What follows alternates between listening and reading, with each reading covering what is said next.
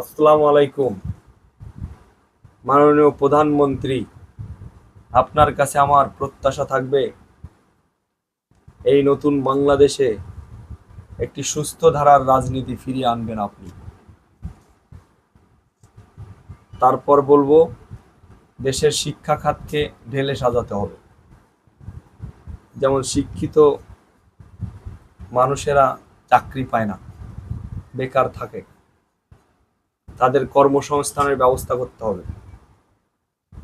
আবার অশিক্ষিত লোকেরা যেন আহ, কোনোভাবে মরে না যায়, তাদেরকেও বাঁচাতে হবে, তাদেরও কর্মসংস্থানের দরকার আছে। তারপর হচ্ছে আমাদের দেশে সবচেয়ে বড় সমস্যা হচ্ছে সরকারি সেবা। সরকারি সেবা 24 ঘন্টা থেকে 48 ঘন্টার মধ্যে নিশ্চিত করা দরকার।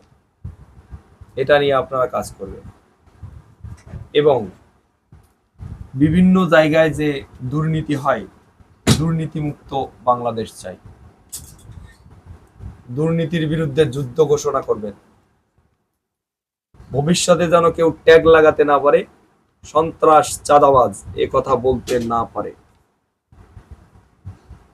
কৃষকদের ঋণের ব্যবস্থার কথা বলছেন, সেটি বাস্তবায়ন হলে ইনশাআল্লাহ কৃষকদের নিয়ে আর কোনো ঝামেলা থাকবে না।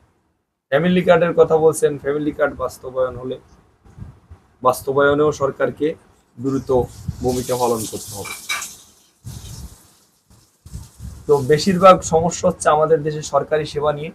আশা করি এই সরকার সরকারি সেবাকে 24 ঘন্টা থেকে 48 ঘন্টার মধ্যে যেন জনগণ পায়, সেই ব্যবস্থা করে। দুর্নীতিমুক্ত একটি বাংলাদেশ আমাদেরকে উপহার দেবেন ইনশাল্লাহ। সেই